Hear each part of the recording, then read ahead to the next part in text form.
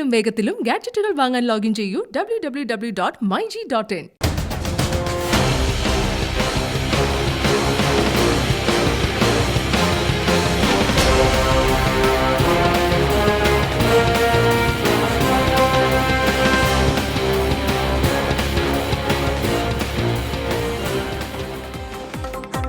പ്രിയപ്പെട്ടവരെ, വീണ്ടും നമ്മുടെ മനസാക്ഷിയെ ഞെട്ടിക്കുന്ന ഒരു കാഴ്ചയാണ് പ്രേക്ഷകർ കണ്ടത്. മോഷണ ശ്രമത്തിനിടെ അതിഥി തൊഴിലാളിയെ മോഷ്ടാക്കൾ ബൈക്കിൽ വലിച്ചിഴച്ചൊരു സംഭവം കോഴിക്കോട് നിന്നാണ് റിപ്പോർട്ട് ചെയ്തത്. എലൈറ്റിൽ വട്ടോളിയിലായിരുന്നു ഈ സംഭവം നടന്നത്. ബീഹാർ സ്വദേശി അലി അക്ബറിനെയാണ് വലിച്ചിഴച്ചത്. ബൈക്കിലെത്തിയ 2 യുവാക്കളാണ് കാക്കൂർ സ്വദേശികൾ. അവർ അലിയുടെ കയ്യിൽ നിന്ന് മൊബൈൽ ഫോൺ തട്ടിയെടുക്കാൻ ശ്രമിക്കുന്നതിനിടയിലായിരുന്നു ഈ ക്രൂരമായ പെരുമാറ്റം. പ്രതികളെ കൊടുവള്ളി പോലീസ് അറസ്റ്റ് ചെയ്തിട്ടുണ്ട്. മനുഷ്യത്വരഹിതമായ പ്രവർത്തനങ്ങളുടെ പേരിൽ ഓരോ വാർത്തയും ഓരോ ദിവസവും നമ്മുടെ മുന്നിലേക്ക് വന്നുകൊണ്ടിരിക്കുകയാണ്. കോവിഡ് നമ്മളെ ഒന്നും പഠിപ്പിച്ചില്ല എന്ന് തെളിയിക്കുന്ന വാർത്തകളാണ് നമ്മുടെ മുന്നിലുള്ളത്. ഈ വാർത്തയാണ് ഇന്നത്തെ വാർത്താപ്പകലിൽ നമ്മുടെ ഉള്ളുലച്ചു പോയത്. ഒട്ടേറെ പ്രധാനപ്പെട്ട വാർത്തകൾ ഇന്നത്തെ വാർത്താപ്പകലിൽ നിറഞ്ഞു നിന്നു. ഇന്നത്തെ വാർത്താപ്പകൽ അവസാനിച്ചപ്പോൾ വാർത്താ സായാഹ്നത്തിൽ കൊടകര കള്ളപ്പണ കവർച്ചാ കേസിലെ ട്വിസ്റ്റ് സംഭവിച്ചു. നമ്മൾ കാത്തിരുന്ന ക്ലൈമാക്സിലേക്ക് തിരക്കഥയൊരുങ്ങുകയാണ്. BJP സംസ്ഥാന അധ്യക്ഷൻ K. സുരേന്ദ്രന് ചോദ്യം ചെയ്യാൻ നോട്ടീസ് കൊടുത്തിരിക്കുന്നു പോലീസ് സംഘം. രണ്ടാമത്തെ ഏറ്റവും പ്രധാനമായ ഇന്നത്തെ വാർത്ത സംസ്ഥാനത്തെ കോവിഡ് കണക്കുമായി ബന്ധപ്പെട്ടുകൊണ്ടുള്ള പ്രതിപക്ഷത്തിന്റെ ആരോപണമായിരുന്നു. അതിന് ആരോഗ്യമന്ത്രി നൽകിയ വിശദീകരണമായിരുന്നു. സംസ്ഥാനത്തെ കോവിഡ് മരണക്കണക്കിൽ കള്ളക്കളി ഇല്ല എന്നാണ് ആരോഗ്യമന്ത്രി പറഞ്ഞത്. എന്നാൽ മന്ത്രി ICMR കൂടുതൽ വിശാലമായി പഠിക്കണമെന്നാണ് പ്രതിപക്ഷം പറഞ്ഞത്. ജമ്മു കാശ്മീരിലെ പുൽവാമയിൽ ഏറ്റുമുട്ടലുണ്ടായ വാർത്തയും ഇന്നത്തെ വാർത്താപ്പകലിനെ നിലനിർത്തി. 4 ഭീകരരെയാണ് സൈന്യം വധിച്ചത്. പക്ഷേ ഒരു സൈനികന് വീരമൃത്യു എന്ന വാർത്തയും നമുക്ക് റിപ്പോർട്ട് ചെയ്യേണ്ടി വന്നു. ഒരു ഡ്രോൺ കൂടി അതിർത്തി കടന്നും പിന്നെ ഇസ്ലാമാബാദിലെ ഇന്ത്യൻ എംബസിയിലും എത്തിയ വാർത്തയും ഇന്നത്തെ പ്രധാന തലക്കെട്ടുകളായി മാറി. ഒട്ടേറെ പ്രധാനപ്പെട്ട വാർത്തകൾ പിറന്ന വാർത്താപ്പകലാണ് ഒടുങ്ങുന്നത്. ഈ വാർത്താപ്പകൽ പ്രേക്ഷകരിലേക്ക് എത്തിക്കുന്നു 1 മണിക്കൂർ ദൈർഘ്യമുള്ള ന്യൂസ് നൈറ്റിൽ ചുരുക്കി സമഗ്രമായി. എല്ലാ പ്രിയപ്പെട്ട പ്രേക്ഷകർക്കും സ്വാഗതം. നമ്മൾ ആരംഭിക്കുന്നു ന്യൂസ് നൈറ്റ്.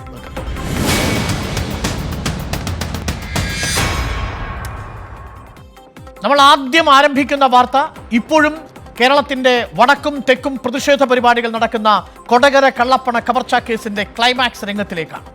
കവർച്ച ചെയ്യപ്പെട്ട കള്ളപ്പണവുമായി ബന്ധപ്പെട്ട ചോദ്യം ചെയ്യലിന് BJP സംസ്ഥാന അധ്യക്ഷൻ K. സുരേന്ദ്രന് നോട്ടീസ് നൽകിയ വാർത്ത എത്തിയതോടെ യുവമോർച്ച പ്രവർത്തകർ തെരുവിൽ പ്രതിഷേധവുമായി എത്തി. ഇപ്പോൾ തിരുവനന്തപുരത്തും കോഴിക്കോട്ടും യുവമോർച്ച പ്രവർത്തകർ വലിയ രീതിയിലുള്ള പ്രതിഷേധം നടത്തുകയാണ്. എന്തായാലും നാളെയും മറ്റന്നാളും ചൊവ്വാഴ്ച വരെയും ഈ വാർത്ത സജീവമായി തന്നെ നിൽക്കുമെന്നാണ് നമ്മൾ പ്രതീക്ഷിക്കുന്നത്. ഈ വാർത്തയിൽ നമ്മൾ തുടങ്ങുന്നു. അനുജ പറയും. കൊടകര കള്ളപ്പണ കവർച്ചാ കേസിൽ BJP സംസ്ഥാന അധ്യക്ഷൻ K. സുരേന്ദ്രന് നോട്ടീസ്. ചൊവ്വാഴ്ച ചോദ്യം ചെയ്യലിന് ഹാജരാകണമെന്ന നിർദ്ദേശം. കോഴിക്കോട്ടെ വീട്ടിലെത്തി നോട്ടീസ് കൈമാറി. K. സുരേന്ദ്രൻ ചൊവ്വാഴ്ച ചോദ്യം ചെയ്യലിന് ഹാജരാകില്ല. BJP സംസ്ഥാന ഭാരവാഹി യോഗം നടക്കുന്നതിനാൽ മറ്റൊരു ദിവസം ഹാജരാകാമെന്ന് അറിയിക്കും. തൃശ്ശൂരിൽ നിന്ന് സുധീഷ ധർമ്മൻ നമുക്കൊപ്പം ചേരുന്നുണ്ട്. സുധീഷ ധർമ്മൻ, നമ്മൾ കാത്തിരുന്ന ആ ദിവസമാണ്. കാത്തിരുന്നു എന്ന് പറയുമ്പോൾ ഇതിങ്ങനെ സംഭവിക്കുമെന്ന് ഏറെക്കുറെ നമ്മൾ ഉറപ്പാക്കിയതാണ്. ചോദ്യം ചെയ്യലിന് K. സുരേന്ദ്രൻ വരുന്ന ദിവസം അത് ചൊവ്വാഴ്ച എന്നാണ് ഇപ്പോൾ കേരള പോലീസ് നാൾ കുറിക്കുന്നത്. പക്ഷേ ചൊവ്വാഴ്ച K. സുരേന്ദ്രൻ എത്താൻ സാധ്യതയില്ലെന്ന് നമ്മൾ മനസ്സിലാക്കുന്നു. എങ്ങനെയാണ് K. സുരേന്ദ്രനിലേക്ക് എത്തിയത് ചുരുക്കി പറഞ്ഞാൽ? അരുൺകുമാർ, നേരത്തെ തന്നെ BJP സംസ്ഥാന അധ്യക്ഷൻ K. സുരേന്ദ്രനെ കൊടകര കള്ളപ്പണ കവർച്ചാ കേസുമായി ബന്ധപ്പെട്ട് ചോദ്യം ചെയ്യാൻ വിളിപ്പിക്കും എന്നുള്ള വിവരങ്ങൾ അത് അന്വേഷണ സംഘത്തിന്റെ ഭാഗത്തു നിന്ന് തന്നെ ലഭിച്ചിരുന്നു. കാരണം ആദ്യഘട്ടത്തിൽ തന്നെ BJP നേതാക്കളെ, BJPയുടെ തൃശൂർ ജില്ലാ നേതാക്കളെയും ഒപ്പം സംസ്ഥാന ഭാരവാഹികളെ ഉൾപ്പെടെ വിളിച്ചു വരുത്തി ചോദ്യം ചെയ്യുന്ന നടപടികൾ അത് നേരത്തെ തന്നെ കഴിയുകയും ചെയ്തിരുന്നു. കൊടകരയിൽ ഏപ്രിൽ 3-ാം തീയതി പുലർച്ചെ കവർച്ച ചെയ്യപ്പെട്ട പണം അത് BJPയുടെ തെരഞ്ഞെടുപ്പ് പ്രവർത്തനങ്ങൾക്ക് വേണ്ടി വന്നതാണ് എന്നുള്ളതാണ് അന്വേഷണ സംഘത്തിന്റെ വിലയിരുത്തൽ.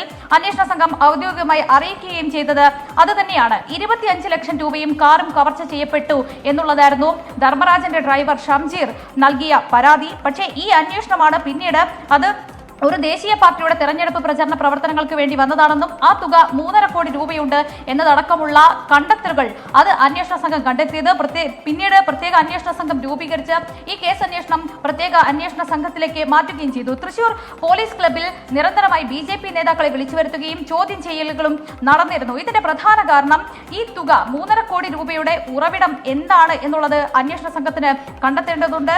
നിലവിൽ പോലീസ് അന്വേഷിക്കുന്നത് കൊടകരയിലെ കവർച്ചാ പണം എന്നുള്ളതാണ്. കവർച്ച കേസാണ്. പക്ഷേ ഈ തുക എന്തിനു വന്നു, എവിടെ നിന്ന് വന്നു, ആർക്ക് വേണ്ടി വന്നു എന്നതുൾപ്പെടെയുള്ള കാര്യങ്ങൾ ഈ കുറ്റപത്രം സമർപ്പിക്കുമ്പോൾ അതിൽ അന്വേഷണ സംഘത്തിന് വ്യക്തമാക്കേണ്ടതുണ്ട്. ഈ പണത്തിന്റെ ഉറവിടം കണ്ടെത്തുന്നതിന് വേണ്ടിയാണ് BJP നേതാക്കളെ ചോദ്യം ചെയ്യുന്നത്. ധർമ്മരാജൻ തൃശ്ശൂരിലെത്തിയപ്പോൾ ഇവിടെ താമസ സൗകര്യം ഒരുക്കിയത് അത് ജില്ലാ നേതാക്കളാണ് എന്നുള്ള കാര്യം കണ്ടെത്തിയിരുന്നു. ഇക്കാര്യം BJP നേതാക്കൾ സമ്മതിക്കുകയും ചെയ്തിരുന്നു. പക്ഷേ അതിനവർ പറഞ്ഞ കാരണം ധർമ്മരാജന് തെരഞ്ഞെടുപ്പ് സാമഗ്രികളുടെ വിതരണ ചുമതല ഉണ്ടായിരുന്നു എന്നുള്ളതാണ്. മറ്റൊന്ന്, ധർമ്മരാജനെ ഈ കവർച്ച ചെയ്യപ്പെട്ട അന്ന് ആദ്യം വിളിച്ചത് BJP നേതാക്കളെയാണ്. 7 BJP നേതാക്കളെയാണ് ആദ്യഘട്ടത്തിൽ തന്നെ ധർമ്മരാജൻ ഫോണിലൂടെ ബന്ധപ്പെട്ടത്. എന്തുകൊണ്ടാണ് കവർച്ച നടന്ന ഉടനെ ഈ BJP നേതാക്കളെ തന്നെ ധർമ്മരാജൻ വിളിച്ചത് എന്നുള്ളതാണ് ഏറ്റവും പ്രധാനപ്പെട്ട ചോദ്യം. ഈ കോൾ ലിസ്റ്റിൽ പ്രധാനമായും കെ സുരേന്ദ്രന്റെ മകൻ ഉൾപ്പെടെയുള്ള ആളുകൾ ഉണ്ട് എന്നുള്ള വിവരം നേരത്തെ തന്നെ പുറത്തു വന്നതാണ്. ഈ മൊഴികളുടെ ഒക്കെ അടിസ്ഥാനത്തിലും ഒപ്പം ഡിജിറ്റൽ തെളിവുകളുടെ കൂടി അടിസ്ഥാനത്തിൽ ഈ പണം BJPയുടെ തന്നെയാണോ എന്ന് ഉറപ്പിക്കേണ്ട ബാധ്യത അത് അന്വേഷണ സംഘത്തിനുണ്ട്. പ്രധാനമായും ധർമ്മരാജനുമായുള്ള ബന്ധം എന്താണ്, ഈ തുക BJPയുടെ തുകയാണോ എന്നതുൾപ്പെടെയുള്ള കാര്യങ്ങൾ അത് സംസ്ഥാന അധ്യക്ഷനോട് കൂടി ചോദിച്ചറിയുക എന്നുള്ളതാണ് ഏറ്റവും പ്രധാനപ്പെട്ട. സുധീഷ, വളരെ ചുരുങ്ങിയ സമയം കൊണ്ട് കാര്യങ്ങൾ സുധീഷ വിശദീകരിച്ചു. കോവിഡ് കണക്കിലേക്ക് വരാം. അതിനു മുമ്പ് ഈ കൊടകര കവർച്ച കേസ് എന്ന് പറയുന്നത് കേവലം ഒരു കവർച്ച കേസായിട്ടല്ല പോലീസ് ഇപ്പോൾ കൈകാര്യം ചെയ്യുന്നത്. ഈ കവർച്ച ചെയ്യപ്പെട്ടത് കള്ളപ്പണമാണ് എന്ന നിഗമനത്തിലാണ് പോലീസ് ഇരിങ്ങാലക്കുട കോടതിയിലും ഈ ധർമ്മരാജിനെതിരായിട്ടുള്ള കുറ്റപത്രത്തിൽ പറയുന്നത്. ഇത് കള്ളപ്പണമാണെങ്കിൽ ആ കള്ളപ്പണം എവിടെ നിന്ന് വന്നു, ആരിലേക്ക് പോയി എന്നതാണ് ചോദ്യം.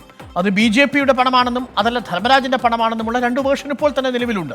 ഇത് ഉറപ്പിക്കുകയായിരിക്കും ഒരുപക്ഷെ BJP സംസ്ഥാന അധ്യക്ഷനെ ചോദ്യം ചെയ്യാൻ വിളിച്ചതിലൂടെ കേരള പോലീസ് ലക്ഷ്യമിടുന്നത്. എന്തായാലും ചൊവ്വാഴ്ച കെ സുരേന്ദ്രൻ ചോദ്യം ചെയ്യാൻ എത്തുമോ എന്ന കാര്യത്തിൽ സംശയമുണ്ട്. കാരണം അദ്ദേഹത്തിന് സംസ്ഥാന ഭാരവാഹി യോഗമറ്റോ ഉണ്ട് എന്നുള്ളത് കൊണ്ട് മറ്റൊരു ദിവസം ചോദ്യം ചെയ്യലിന് എത്താമെന്ന് അറിയിച്ചിട്ടുണ്ട് എന്നാണ് നമ്മളിപ്പോൾ മനസ്സിലാക്കുന്നത്. എന്തായാലും ഈ വിഷയത്തിൽ കൂടുതൽ പ്രതികരണങ്ങൾ നമ്മൾ പ്രതീക്ഷിക്കുന്നു. ചില ദൃശ്യങ്ങൾ പ്രേക്ഷകർ കണ്ടതുപോലെ ഇപ്പോൾ തന്നെ യുവമോർച്ച പ്രവർത്തകർ തിരുവനന്തപുരത്തും കോഴിക്കോട്ടും വലിയ പ്രതിഷേധവുമായി എത്തിയിട്ടുണ്ട്. നാളെയും ഈ ദിവസം വലിയ രീതിയിലുള്ള പ്രതിഷേധങ്ങൾക്കിടയാക്കും. ഇന്ന് ഞങ്ങളോട് പ്രതികരിച്ച BJPയുടെ മുതിർന്ന നേതാക്കൾ തന്നെ ഈ വിഷയം സർക്കാരിന്റെ പകവീട്ടൽ എന്ന രീതിയിൽ തന്നെയാണ് കൈകാര്യം ചെയ്യുന്നത്. നയതന്ത്ര സ്വർണ്ണക്കടത്ത് വിഷയത്തിന് BJPയെ കുടുക്കാൻ വേണ്ടിയാണ് കൊടകര കള്ളപ്പണ കവർച്ച കേസ് എന്ന പേരിൽ ഒരു കേസ് ഉണ്ടാക്കിയിരിക്കുന്നത് എന്നാണ് BJPയുടെ പക്ഷം. വരും ദിവസങ്ങളിലും ഈ വിഷയം കൂടുതൽ ചൂടുപിടിക്കുമെന്നുറപ്പാണ്. കൂടുതൽ ചർച്ചകളുണ്ടാവും, കൂടുതൽ ആരോപണങ്ങളും പ്രത്യാരോപണങ്ങളും നമ്മൾ പ്രതീക്ഷിക്കുന്നു ഈ വിഷയത്തിൽ. ഇനി നമ്മൾ കോവിഡ് കണക്കുകളിലേക്ക് പോവുകയാണ്. കോവിഡിന്റെ കണക്കിന്റെ കാര്യത്തിൽ ഇന്ന് സംസ്ഥാനത്ത് ഭരണപക്ഷവും പ്രതിപക്ഷവും 2 തട്ടിലാവുന്ന കാഴ്ചയാണ് നമ്മൾ കണ്ടത്. ഈ സംഭവം ഉണ്ടാവുന്നതിന്റെ പശ്ചാത്തലം പ്രേക്ഷകർ ഓർമ്മിക്കുന്നുണ്ടാവും. സുപ്രീം കോടതിയുടെ ഒരു വിധിയായിരുന്നു വളരെ പ്രധാനപ്പെട്ടത്. ദേശീയ ദുരന്ത നിവാരണ അതോറിറ്റിയോട് ഈ കോവിഡ് മരണത്തിന് നഷ്ടപരിഹാരം നൽകണം. മരിച്ചവരുടെ കുടുംബത്തിന് ഒരാൾക്ക് 4 ലക്ഷം രൂപ എന്ന രീതിയിൽ നഷ്ടപരിഹാരം നൽകണമെന്ന് ആവശ്യപ്പെട്ട ഹർജി തീർപ്പാക്കിക്കൊണ്ടാണ് സുപ്രീം കോടതി ഇത്തരത്തിലൊരു മാർഗനിർദ്ദേശം രൂപീകരിക്കാൻ പറഞ്ഞിരിക്കുന്നത്. അപ്പോഴാണ് ഈ വിഷയം വീണ്ടും ഉയർന്നു വരുന്നത്. സംസ്ഥാനത്തെ കോവിഡ് കണക്കുകൾ യഥാർത്ഥമാണോ, അതോ സംസ്ഥാന സർക്കാർ കോവിഡ് കണക്കിൽ കള്ളം പറയുന്നു? കള്ളം പറയുന്നില്ലെന്ന് മന്ത്രി, കള്ളം പറയുന്നുണ്ടെന്ന് പ്രതിപക്ഷം. എന്താണ് ഈ വാർത്തയുടെ നിജസ്ഥിതി എന്ന് നമുക്ക് പരിശോധിക്കാം. അനുജ ചേരും. സംസ്ഥാനത്തെ കോവിഡ് മരണക്കണക്കിൽ കള്ളക്കളി ഇല്ലെന്ന് ആരോഗ്യമന്ത്രി. മരിച്ചവരുടെ പേര് വിവരങ്ങൾ പുറത്തുവിടും. ജില്ലാ അടിസ്ഥാനത്തിൽ വിവരങ്ങൾ പരസ്യപ്പെടുത്തുമെന്ന് വീണ ജോർജ്. സംസ്ഥാനത്ത് 12,095 പുതിയ കോവിഡ് കേസുകളും 146 മരണവും. എല്ലാ കടകളും തുറക്കാൻ അനുവദിക്കണമെന്നാവശ്യപ്പെട്ട് വ്യാപാരി വ്യവസായി ഏകോപന സമിതി കടയടപ്പ് സമരത്തിലേക്ക്. തിരുവനന്തപുരത്ത് നിന്നും VA ഗിരീഷ് നമുക്കൊപ്പം ചേരുന്നുണ്ട്. VA ഗിരീഷ്, ഏറ്റവും ഒടുവിലെത്തിയ വാർത്ത നമ്മൾ മനസ്സിലാക്കുന്നത്, നമ്മളോട് വീണ ജോർജ് ആരോഗ്യവകുപ്പ് മന്ത്രി പറഞ്ഞത് ജില്ലാ അടിസ്ഥാനത്തിലുള്ള കോവിഡ് മരണത്തിന്റെ ലിസ്റ്റ് പുറത്തുവിടുമെന്നാണ്. ഇതുവരെയും പ്രതിപക്ഷം ഉയർത്തിയ ഏറ്റവും വലിയ ആരോപണം കോവിഡിൽ മരണം അടഞ്ഞവരുടെ അഥവാ കോവിഡ് മൂലം മരണമടഞ്ഞവരുടേതെന്ന് സർക്കാർ സാക്ഷ്യപ്പെടുത്തിയവരുടെ ലിസ്റ്റ് എവിടെ എന്നുള്ളതാണ്. അത് അവരുടെ സ്വകാര്യത മാനദണ്ഡങ്ങൾ കൂടി കണക്കിലെടുത്തുകൊണ്ടാണ് പ്രസിദ്ധീകരിക്കാഞ്ഞതെന്നാണ് ആരോഗ്യവകുപ്പ് മന്ത്രി പറഞ്ഞതെങ്കിലും ഇപ്പോൾ ഈ ഘട്ടത്തിൽ അത് പുറത്തുവിടാൻ നിർബന്ധിതരായിരിക്കുകയാണ്. ഇതോടുകൂടി ആ വിവാദം അവസാനിക്കുകയാണോ, അതല്ല ഇത് സർക്കാരിന് കൂടുതൽ തലവേദന ഉണ്ടാക്കുകയാണോ ചെയ്യാൻ പോകുന്നത് വരും ദിവസങ്ങളിൽ ഈ കണക്കിന്റെ അന്തരം?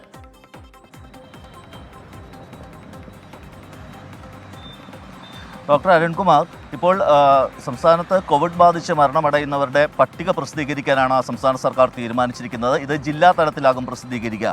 ആരോഗ്യവകുപ്പിൻ്റെ വെബ്സൈറ്റിൽ അവരുടെ ബുള്ളറ്റിനിലായിരിക്കും ഇത് പ്രസിദ്ധീകരിക്കുക. മരണപ്പെട്ട ആളുടെ പേര്, വയസ്സ്, സ്ഥലം എന്നിവയായിരിക്കും പ്രസിദ്ധീകരിക്കുക. കുടുംബാംഗങ്ങളുടെ സ്വകാര്യതയെ ഹാനിക്കാത്ത തരത്തിലുള്ള നടപടിയായിരിക്കും ഇക്കാര്യത്തിൽ സർക്കാരിൻ്റെ ഭാഗത്തു നിന്നുണ്ടാകുകയെന്ന് ആരോഗ്യവകുപ്പ് വിശദീകരിക്കുന്നുണ്ട്.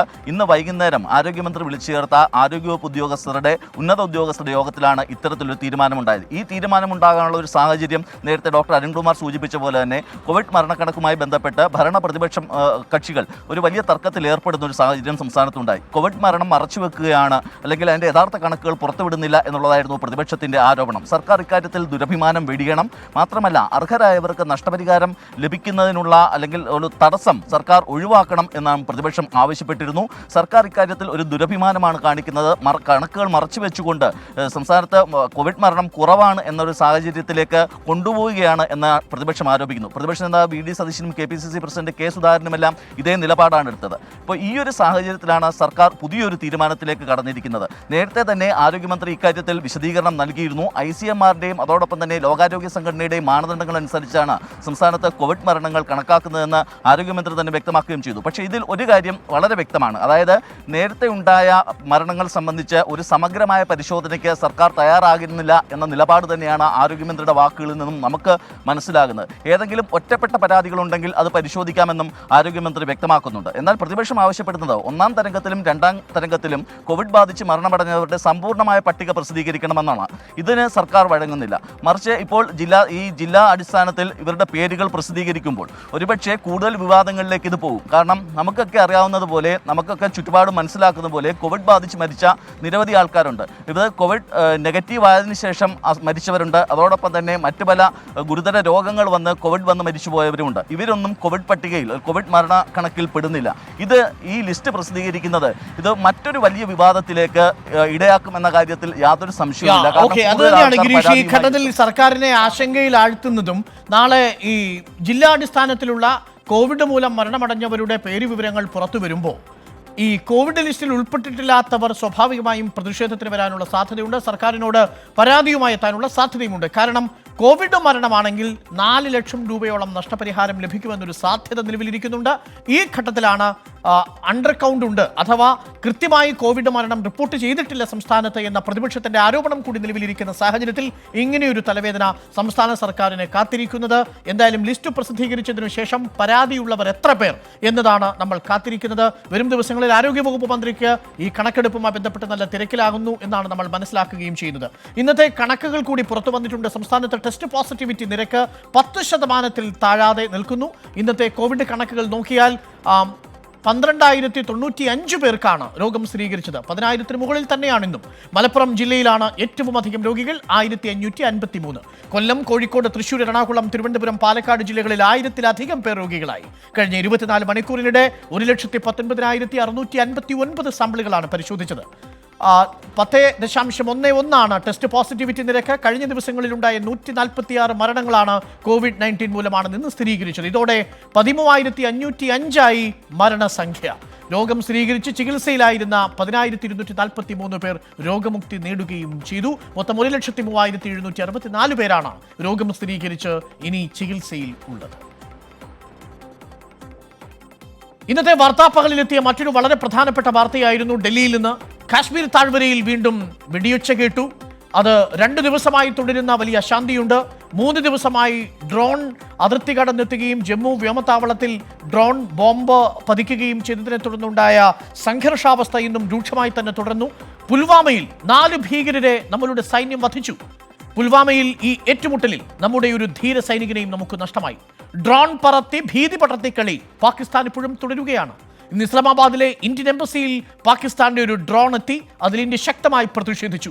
അതിർത്തി കടന്നും ഒരു ഡ്രോൺ ഇന്ന് ഇന്ത്യയിലേക്ക് എത്തി. പക്ഷേ വളരെ വേഗം തന്നെ ഇത് മടങ്ങിപ്പോകുന്ന സാഹചര്യമുണ്ട്. അതും നിരീക്ഷണത്തിൽപ്പെട്ടു എന്നാണ് രാജ്യം അറിയിച്ചിരിക്കുന്നത്. പക്ഷേ ഈ വിഷയത്തിലെല്ലാം ശക്തമായ പ്രതിഷേധം ഇന്ത്യ രേഖപ്പെടുത്തിയിട്ടുണ്ട്. ഇസ്ലാമാബാദ് എന്നാൽ ഈ ആരോപണം നിഷേധിക്കുകയും ചെയ്തിട്ടുണ്ട്. വാർത്തയിലേക്കാണ് അനുജ. ഇസ്ലാമാബാദിലെ ഇന്ത്യൻ ഹൈക്കമ്മീഷൻ ഓഫീസിൽ ഡ്രോൺ കണ്ടെത്തിയതിൽ പാകിസ്ഥാൻ ഇന്ത്യയുടെ മുന്നറിയിപ്പ്. സുരക്ഷാ ലംഘനം ആവർത്തിക്കരുതെന്ന് വിദേശകാര്യ മന്ത്രാലയം. അന്വേഷണം വേണമെന്നും ആവശ്യം. ജമ്മുകശ്മീരിലെ പുൽവാമയിൽ ഏറ്റുമുട്ടൽ 4 ഭീകരരെ സൈന്യം വധിച്ചു. ഒരു സൈനികന് വീരമൃത്യു. ഇസ്ലാമാബാദിലെ ഇന്ത്യൻ എംബസിയിൽ ഡ്രോൺ നിരീക്ഷണം നടത്തിയെന്ന റിപ്പോർട്ട് നിഷേധിക്കുകയാണ് പാകിസ്ഥാൻ. ഇന്ത്യയുടെ ആരോപണം വസ്തുതാവിരുദ്ധമെന്ന് പാക് വിദേശകാര്യ മന്ത്രാലയ വക്താവ് ഷഹീദ് ഹഫീസ് ചൗധരി പറഞ്ഞു. ജമ്മു വ്യോമകേന്ദ്രത്തിലെ ഡ്രോൺ ആക്രമണത്തിൽ പാക് പങ്കെന്ന കാര്യവും ഷഹീദ് ഹഫീസ് ചൗധരി നിഷേധിച്ചു. ഡൽഹിയിൽ നിന്ന് ബൽറാം നെടുങ്ങാടി നമുക്കൊപ്പം ചേരുന്നുണ്ട്. ബൽറാം നെടുങ്ങാടി, ഇസ്ലാമാബാദ് ഇത് പൂർണ്ണമായും നിഷേധിക്കുകയാണ്. പക്ഷേ നമുക്കറിയാവുന്നതുപോലെ എന്താണ് ഇസ്ലാമാബാദിൽ സംഭവിച്ചത് എന്നുള്ളതിന് ഒരു ഇന്ത്യൻ വേർഷൻ ഉണ്ട്. എന്താണ് ഇസ്ലാമാബാദ് പറയുന്നത്, എന്താണ് ഇന്ന് ഇന്ത്യൻ പ്രതിരോധ മന്ത്രാലയത്തിൽ നിന്ന് നമുക്ക് ലഭിക്കുന്ന സൂചന? ഡോക്ടർ അരുൺകുമാർ, ഇസ്ലാമാബാദിലെ ഇന്ത്യൻ എംബസിയിൽ ഡ്രോൺ നിരീക്ഷണം നടത്തിയെന്ന റിപ്പോർട്ട് നിഷേധിക്കുകയാണ് പാകിസ്ഥാൻ. ഇന്ത്യയുടെ ആരോപണം വസ്തുതാ വിരുദ്ധമാണെന്ന് പാക് വിദേശകാര്യ മന്ത്രാലയ വക്താവ് സയ്യിദ് ഹഫീസ് ചൗധരി തന്നെയാണ് വ്യക്തമാക്കിയിരിക്കുന്നത്. അതോടൊപ്പം തന്നെ ജമ്മു വ്യോമ കേന്ദ്രത്തിലെ ഡ്രോൺ ആക്രമണത്തിൽ പാക് പങ്കെന്ന കാര്യവും അദ്ദേഹം നിഷേധിച്ചിട്ടുണ്ട്. ശ്രദ്ധ തിരിക്കാനായി ഇന്ത്യ അടിസ്ഥാനരഹിതമായ ആരോപണങ്ങൾ ഉന്നയിക്കുന്നു എന്നാണ് ഇത് സംബന്ധിച്ച പാക് വിദേശകാര്യ മന്ത്രാലയത്തിന്റെ പ്രതികരണമുള്ളത്. അതേസമയം എന്നാൽ ഈ കഴിഞ്ഞ ഞായറാഴ്ചയുണ്ടായ ഈ ഡ്രോൺ നിരീക്ഷണം സംബന്ധിച്ച് വ്യക്തമായ തെളിവുകൾ ലഭിച്ച ശേഷം, ഇക്കാര്യം സ്ഥിരീകരിച്ച ശേഷമാണ് പാകിസ്ഥാനെ പ്രതിഷേധം അറിയിച്ചത് എന്നാണ് ഇന്ത്യൻ വിദേശകാര്യ മന്ത്രാലയം വ്യക്തമാക്കുന്നത്. കാരണം ഈ ക്യാമ്പസിനകത്ത് അല്ലെങ്കിൽ ഈ ഇന്ത്യയുടെ ഇസ്ലാമാബാദിലെ നയതന്ത്ര കാര്യാലയത്തിന് അകത്ത് ഈ ജീവനക്കാർ തന്നെ ഇത് കാണുകയും കൃത്യമായി അതിൽ ദൃശ്യങ്ങൾ എടുക്കുന്നതായി വ്യക്തമാവുകയും ചെയ്ത പശ്ചാത്തലത്തിലാണ് ഇത്തരത്തിൽ പ്രതിഷേധം അറിയിച്ചത്. ഇതിൽ ഏറ്റവും ശ്രദ്ധേയം എന്നത് അതേ ദിവസം തന്നെയാണ് ജമ്മുവിലെ വ്യോമ കേന്ദ്രത്തിൽ ഇത്തരത്തിൽ ഡ്രോൺ ഉപയോഗിച്ച് ആക്രമണം നടത്തിയത് എന്നുള്ളതാണ്. എന്തായാലും ഇന്ത്യ ശക്തമായ പ്രതിഷേധം ഇക്കാര്യത്തിൽ പാകിസ്ഥാനെ അറിയിക്കുകയും അന്വേഷണം നടത്തണമെന്നും ഈ മേലിൽ ഇത്തരം നടപടികൾ ഉണ്ടാകരുത് എന്നും വ്യക്തമാക്കിയിട്ടുണ്ട്. എന്തായാലും അതേസമയം ഇന്നും സമാനമായി തന്നെ ഒരു ഡ്രോൺ അർണിയയിൽ അതിർത്തിയോട് സമീപം കണ്ടെത്തുകയും BSF അതിനെ വെടിവെച്ചിടാൻ ശ്രമിക്കുകയും ചെയ്തു. എന്നാൽ വെടിവെച്ചതോടുകൂടി ഡ്രോൺ പിൻവാങ്ങുകയായിരുന്നു.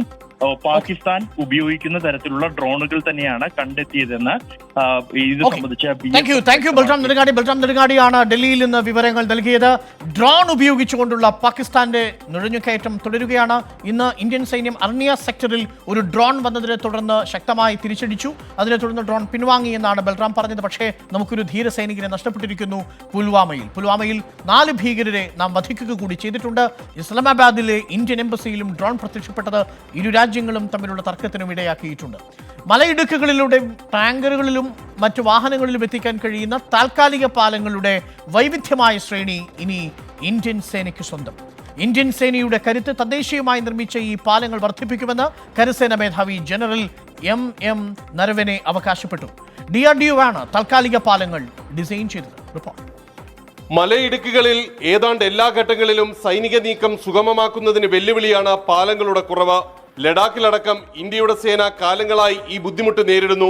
സ്ഥിരം പാലങ്ങൾ നിർമ്മിച്ചാൽ പിന്നീട് അത് ചില ഘട്ടങ്ങളിൽ സുരക്ഷാ ഭീഷണിയാവുകയും ചെയ്യും. ഇതിനുള്ള പരിഹാരമാണ് DRDO രൂപകൽപ്പന ചെയ്ത താൽക്കാലിക പാലങ്ങൾ. സ്പാൻ ബെഡ് സംവിധാനം എന്നറിയപ്പെടുന്ന ഇവ കരസേനാ മേധാവി ജനറൽ MM നരവനെ സൈന്യത്തിന് കൈമാറി. 12 താൽക്കാലിക പാലങ്ങളെ സജ്ജമാക്കുന്ന സംവിധാനമാണ് നിർമ്മിച്ചിട്ടുള്ളത്. ആത്മനിർഭർ ഭാരതിന്റെ ഭാഗമായിട്ടായിരുന്നു നിർമ്മാണം. इस ब्रिज के इंडियन आर्मी में शामिल होने से हमारी जो काबिलियत है वो और भी बढ़ेगी. പഞ്ചാബ് അതിർത്തികളിലും ജമ്മു കാശ്മീർ മേഖലകളിലും വടക്ക് കിഴക്കൻ സൈനിക കേന്ദ്രങ്ങളിലുമാണ് ആദ്യഘട്ടത്തിൽ സ്പാൻ ബെഡ് സംവിധാനം വിന്യസിക്കുക. അതിർത്തിയിലെ ദുർഘട മേഖലയിൽ നടക്കുന്ന റോഡുകളുടെ നിർമ്മാണ പ്രവർത്തനങ്ങളും ഇപ്പോൾ വേഗത്തിൽ പുരോഗമിക്കുകയാണ്. R രാധാകൃഷ്ണൻ, 24 ഡൽഹി. ഇനി നമ്മൾ കേരളത്തിലേക്ക് വരുന്നു. കേരളത്തിൽ വീണ്ടും ആ സ്വർണ്ണ കവർച്ച കേസ് ഇന്നും ചില വാർത്താ ചലനങ്ങൾ ഉണ്ടാക്കി. സ്വർണ്ണ കവർച്ച കേസിൽ കൊടുവള്ളി സംഘത്തിൽപ്പെട്ട 5 പേർ കൂടി ഇന്ന് അറസ്റ്റിലായ വാർത്തയാണ് എത്തിയത്. ഈ കേസിലെ മുഖ്യ സൂത്രധാരൻ എന്ന് സംശയിക്കുന്ന സൂഫിയാൻ നേരത്തെ നടത്തിയ ഒരു മിഷന്റെ വാർത്ത കൂടി ഇന്ന് പുറത്തു വന്നിട്ടുണ്ട്. വാർത്തയിലേക്കാണ് അനുജ പറയുന്നത്. രാമനാട്ടുകരയിൽ അപകടം നടന്ന ദിവസം സ്വർണ്ണക്കവർച്ചാ സംഘം മറ്റൊരു തട്ടിക്കൊണ്ടുപോകലും നടപ്പാക്കി. സ്വർണവുമായി എത്തിയ കാരിയറെ തട്ടിക്കൊണ്ടുപോയത് കൊടുവള്ളി സംഘം. ആസൂത്രണം ചെയ്തത് സൂഫിയാൻ. സ്വർണ്ണക്കവർച്ച ആസൂത്രണ കേസിൽ 5 കൊടുവള്ളി സ്വദേശികൾ കൂടി അറസ്റ്റിൽ. മലപ്പുറത്ത് നിന്നും അഷ്കർ അലി നമുക്കൊപ്പം ചേരുന്നു. അഷ്കർ അലി, സൂഫിയാൻ നേരത്തെയും സമാനമായ രീതിയിലുള്ള ഒരു തട്ടിക്കൊണ്ടുപോകൽ പദ്ധതിയിട്ടിരുന്നു, അത് നടപ്പാക്കുകയും ചെയ്തു. ഏറ്റവും ഒടുവിൽ നമ്മൾ മനസ്സിലാക്കുന്നതനുസരിച്ച് ഈ കൊടുവള്ളി സംഘത്തിലെ 5 പേർ കൂടി ഇപ്പോൾ പോലീസ് കസ്റ്റഡിയിലെത്തി. നിർണായകമായ ചില നിമിഷങ്ങളിലേക്കാണോ ഈ കേസ് അറസ്റ്റോടുകൂടി എത്തുന്നത്? അരുൺ, രാമനാട്ടുകര സ്വർണ്ണക്കവർച്ച ആസൂത്രണ കേസിലെ നിർണായക ബന്ധമുള്ള 5 പേർ കൂടിയാണ് ഇപ്പോൾ പിടിയിലായിരിക്കുന്നത്. റിയാസ്, മുഹമ്മദ് ബഷീർ, മുഹമ്മദ് ഹാഫിസ്, ഷംസുദ്ദീൻ, മുഹമ്മദ് ഫാസിൽ എന്നിങ്ങനെ 5 പേർ കൂടിയാണ് ഇന്ന് കൊണ്ടോട്ടി പോലീസ് അറസ്റ്റ് ചെയ്തിരിക്കുന്നത്. ഇതിൽ കേസിൽ അറസ്റ്റിലാകുന്ന പ്രതികളുടെ എണ്ണം ഇതോടെ 16 ആവുകയും ചെയ്തു. ഈ സംഘം എന്ന് പറയുന്നത് രാമനാട്ടുകര അപകടമുണ്ടായ ദിവസം അന്നത്തെ സ്വർണത്തിന് സുരക്ഷ നൽകാൻ വേണ്ടി സ്വർണം കൊടുത്തുവിട്ട ഗൾഫിൽ നിന്നുള്ള സംഘം സുഫിയാനെ ചുമതലപ്പെടുത്തിയിരുന്നു. ആ സുഫിയാൻ അത് മുഖേനയാണ് ചെറുപ്പുളശ്ശേരി സംഘത്തെ കൊട്ടേഷൻ നൽകി കരിപ്പൂരിലേക്ക് ഇല്ലെങ്കിൽ രാമനാട്ടുകരയിലേക്ക് എത്തിക്കുന്നത്. ഈ ഒരു സമയത്ത് തന്നെ സുഫിയാന് നിർദ്ദേശം നൽകി അതേ സംഘം കൊടുവള്ളിയിലെ മറ്റൊരു സംഘത്തിന് കൂടി ഇതേ നിർദ്ദേശം ഇല്ലെങ്കിൽ കൊട്ടേഷൻ നൽകിയിരുന്നു എന്നുള്ള കാര്യമാണ് വെളിപ്പെടുന്നത്. ആ സംഘമാണ് ഇപ്പോൾ അറസ്റ്റിലായിരിക്കുന്ന 5 പേർ. ഈ സംഘത്തെക്കുറിച്ച് സുഫിയാൻ നേരത്തെ തന്നെ പോലീസിന് മൊഴി നൽകുകയും ചെയ്തിരുന്നു. റിയാസിന്റെ നേതൃത്വത്തിലാണ് ഈ സംഘം കരിപ്പൂരിലെത്തിയത്. അപകടം നടക്കുന്ന സമയത്തും അതുപോലെ തന്നെ ഷഫീഖ് കസ്റ്റംസിന്റെ കസ്റ്റഡിയിലാകുന്ന സമയത്തും ഈ സംഘം കരിപ്പൂരിലുണ്ടായിരുന്നു എന്നാണ് പോലീസിന് ഇപ്പോൾ ലഭ്യമാകുന്ന വിവരം. ഇവരുടെ സാന്നിധ്യം അതുപോലെ തന്നെ ഇവർ മറ്റ് സ്വർണ്ണ കവർച്ച കേസുകളിലും അതുപോലെ സ്വർണ്ണക്കടത്ത് കേസുകളിലും തട്ടിക്കൊണ്ടുപോകുന്ന കേസുകളിലൊക്കെ തന്നെ പ്രതികളാണ് എന്നാണ് ഇപ്പോൾ പോലീസ് സംശയിക്കുന്നത്. അതുകൊണ്ട് ഇവരുടെ മുമ്പത്തെ കേസുകളടക്കം ഇപ്പോൾ അന്വേഷണ സംഘം പരിശോധിച്ചു വരികയാണ്. മാത്രമല്ല ഇവർക്ക് സുഫിയാനുമായി ഏതെങ്കിലും വിധത്തിൽ ബന്ധമുണ്ടോ എന്നുള്ള കാര്യവും പോലീസ് പരിശോധിക്കുന്നുണ്ട്. മാത്രമല്ല ഇവരിൽ നിന്നും സ്വർണം കൊടുത്തുവിട്ട ഗൾഫിലുള്ള സംഘത്തെക്കുറിച്ച് കൂടുതൽ വിവരം ലഭ്യമാകുമെന്നും പോലീസ് പ്രതീക്ഷിക്കുന്നു.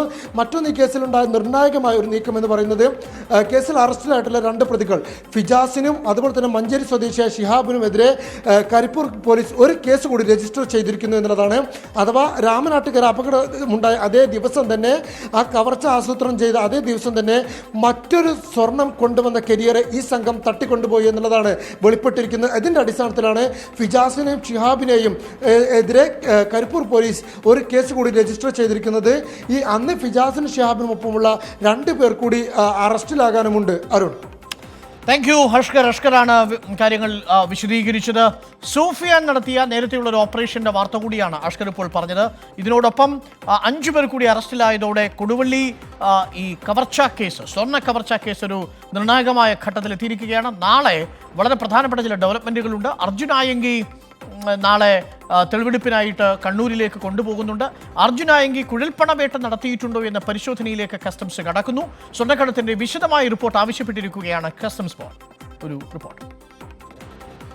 കരിപ്പൂർ സ്വർണ്ണക്കടത്തിന് പുറമെ അർജുൻ ആയങ്കിയുടെ മറ്റിടപാടുകളും കസ്റ്റംസ് പരിശോധിക്കുകയാണ്. ഡിവൈഎഫ്ഐ മുൻ നേതാവ് സി സജേഷ്, സ്വർണ്ണക്കവർച്ച സംഘത്തലവൻ സൂഫിയാൻ എന്നിവരുടെ മൊഴിയുടെ അടിസ്ഥാനത്തിൽ കൂടിയാണ് കസ്റ്റംസിന്റെ പുതിയ നീക്കം. എന്നാൽ സ്വർണ്ണക്കടത്ത് നടത്തിയിട്ടില്ലെന്നും കവർച്ചയാണ് നടത്തിയതെന്നുമുള്ള മൊഴിയിൽ ഉറച്ചു നിൽക്കുകയാണ് അർജുൻ. സ്വർണ്ണക്കള്ളക്കടത്തിനെ കുറിച്ച് തനിക്കൊന്നും അറിയില്ലെന്നാണ് അർജുന്റെ മറുപടി. ഇതിനിടെ സ്വർണ്ണക്കള്ളക്കടത്തിനെ കുറിച്ച് കസ്റ്റംസ് ബോർഡ് റിപ്പോർട്ട് തേടിയിട്ടുണ്ട്. കൊച്ചി, തിരുവനന്തപുരം, കരിപ്പൂർ വിമാനത്താവളങ്ങളിലെ സ്വർണ്ണക്കള്ളക്കടത്തിനെ കുറിച്ചാണ് റിപ്പോർട്ട് തേടിയത്. കടത്തിന് പിന്നിലെ രാഷ്ട്രീയ ബന്ധങ്ങളും കസ്റ്റംസ് ബോർഡ് റിപ്പോർട്ടിൽ ആവശ്യപ്പെട്ടിട്ടുണ്ട്. വിശദമായ റിപ്പോർട്ട് സമർപ്പിക്കാനാണ് അന്വേഷണ സംഘത്തിന്റെ തീരുമാനം. സഹിൻ ആന്റണി, 24 കൊച്ചി. രാഷ്ട്രീയ കേരളം ചർച്ച ചെയ്യുന്ന കിറ്റെക്സ് വിഷയത്തിലേക്കാണ് നമ്മൾ ഇനി പോകുന്നത്. കിറ്റെക്സ് കേരളം വിടുമോ ഇല്ലയോ എന്നാണ് എല്ലാവരും ഉറ്റുനോക്കുന്നത്. തമിഴ്നാടടക്കം 5 സംസ്ഥാനങ്ങളാണ് കിറ്റെക്സിനെ സ്വീകരിക്കാൻ താലവുമായി കാത്തുനിൽക്കുന്നത്, അതും വമ്പൻ ഓഫറുകളുമായി. അടുത്ത 10 വർഷത്തേക്ക് മുഴുവൻ തൊഴിലാളികളുടെയും 20% ശമ്പളം പോലും നൽകാൻ തയ്യാറായിട്ടാണ് തമിഴ്നാട് സമീപിച്ചിരിക്കുന്നത് എന്നാണ് കിറ്റെക്സ് കമ്പനി MD പറയുന്നത്. അങ്ങനെയാണെങ്കിൽ കിറ്റെക്സ് വ്യവസായം തമിഴ്നാട്ടിലേക്ക് മാറുകയാണെങ്കിൽ ആ ഉത്തരവാദിത്വത്തിൽ നിന്ന്, ആ പഴിയിൽ നിന്ന് മാറി നിൽക്കാൻ ഈ സംസ്ഥാന സർക്കാരിന് കഴിയുമോ എന്നതാണ് ചോദ്യം. രാഷ്ട്രീയ വിഷയമായി വളർന്നു കഴിഞ്ഞിരിക്കുന്നു കിറ്റെക്സ് വിവാദം. വാർത്തയിലേക്ക് അനുജ. വ്യവസായം തുടങ്ങാൻ തമിഴ്നാട് സർക്കാരിന്റെ ക്ഷണം ലഭിച്ചെന്ന് കിറ്റെക്സ്. തമിഴ്നാട് വ്യവസായ മന്ത്രി കത്തയച്ചെന്ന് MD സാബു ജേക്കബ്. സഹായം വാഗ്ദാനം ചെയ്തെന്നും കിറ്റെക്സ് MD. ഉത്തർപ്രദേശ്, ആന്ധ്ര, ഗുജറാത്ത് സർക്കാർ പ്രതിനിധികൾ ബന്ധപ്പെട്ടെന്നും സാബു ജേക്കബ്. വലിയ ഓഫറുകളാണ് മറ്റ് സംസ്ഥാനങ്ങളിൽ നിന്ന് തനിക്ക് ലഭിക്കുന്നത് എന്നാണ് സാബു ജേക്കബ് ഇന്ന് 24-നടക്കം പറഞ്ഞിരിക്കുന്നത്. സംസ്ഥാന സർക്കാരിന്റെ ഭാഗത്തു നിന്ന് തുടർച്ചയായി ഉണ്ടാവുന്ന 11 തവണ വിവിധ ഇൻസ്പെക്ഷനുകൾ നടന്നുവെന്നും ആ ഇൻസ്പെക്ഷനുകളിൽ കാര്യമായ നിയമലംഘനം കണ്ടെത്താൻ സാധിച്ചിട്ടില്ല എന്നുമാണ് സാബു ജേക്കബ് ഇന്നലെ നടന്ന എൻകൗണ്ടറിലടക്കം ആവർത്തിച്ചു പറയുന്നത്. ഈ ഘട്ടത്തിലാണ് വ്യവസായ വകുപ്പിൽ നിന്നോ സംസ്ഥാന സർക്കാരിൽ നിന്നോ അനുകൂലമായ നിലപാട് സ്വീകരിച്ചില്ലെങ്കിൽ താൻ കേരളം വിടുമെന്ന സൂചന കൂടി സാബു ജേക്കബ് നൽകുന്നത്. നമുക്കൊപ്പം ശ്രീജിത്ത് ശ്രീകുമാരൻ ചേരുന്നുണ്ട്. തത്സമയം ടെലി ട്രാൻസ്പോർട്ടിംഗ് സ്റ്റുഡിയോ സംവിധാനം വഴി കൊച്ചിയിൽ നമ്മുടെ കാക്കനാട് സ്റ്റുഡിയോയിലേക്ക് എത്തിക്കഴിഞ്ഞു. Hi Sreejith, very good evening. Very good evening.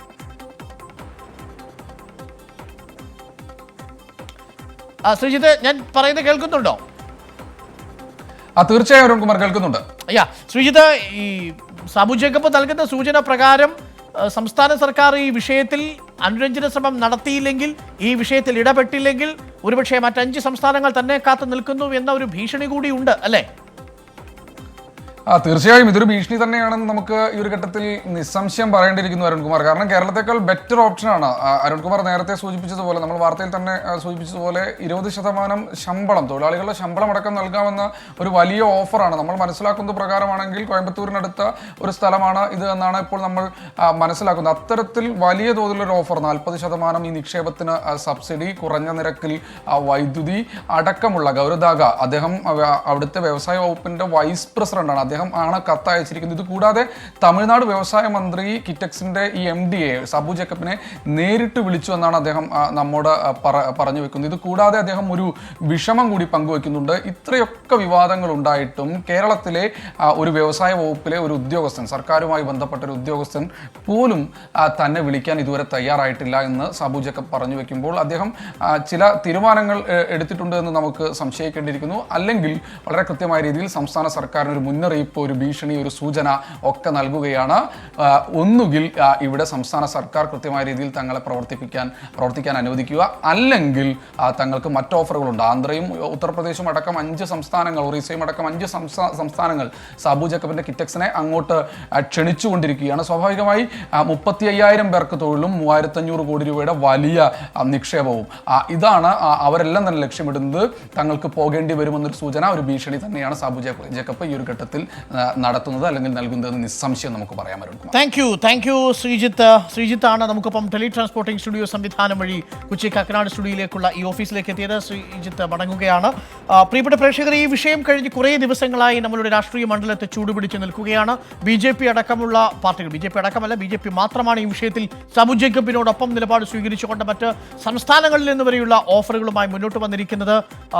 2012 സമാനമായൊരു വിഷയം കിഴക്കമ്പലത്തുണ്ടായതാണ്. അന്ന് കോൺഗ്രസ് ഭരിക്കുന്ന സാഹചര്യമായിരുന്നു. എന്നാൽ ഇപ്പോൾ പിണറായി വിജയന്റെ നേതൃത്വത്തിലുള്ള 2ാം സർക്കാർ വരുന്ന ഒരു ഘട്ടത്തിലാണ് 2020 തുടങ്ങിയ രാഷ്ട്രീയ വിഷയങ്ങൾ കൂടി നിലവിൽ വരുന്ന പശ്ചാത്തലത്തിൽ ഇങ്ങനെയൊരു തർക്കമുണ്ടാവുന്നത്. കിറ്റക്സിൽ സർക്കാർ വിവിധ ഏജൻസികൾ, 5 ഏജൻസികളാണ് തുടരെ സാബു ജേക്കബിന്റെ ഈ കിറ്റക്സ് സ്ഥാപനത്തിലേക്ക് 2 മാസത്തിനുള്ളിൽ വന്നത് എന്നാണ് സാബു ജേക്കബിന്റെ പരാതി. എന്തായാലും ഈ വിഷയത്തിൽ വ്യവസായ വകുപ്പ് പറയുന്നത് രേഖാമൂലം പരാതി തങ്ങൾക്ക് കിട്ടിയിട്ടില്ല എന്നാണ്. വ്യവസായ വകുപ്പ് പരിശോധനയും നടത്തിയിട്ടില്ല എന്നാണ്. പക്ഷേ ഈ പരിശോധന കൊണ്ട് വലഞ്ഞിരിക്കുന്ന സാബു ജേക്കബ് തന്നെ സ്വീകരിക്കാൻ 5 സംസ്ഥാനങ്ങൾ കാത്തു നിൽക്കുന്നുവെന്ന സൂചന കൂടി നമ്മളോട് പറയുകയും ചെയ്യുന്നു.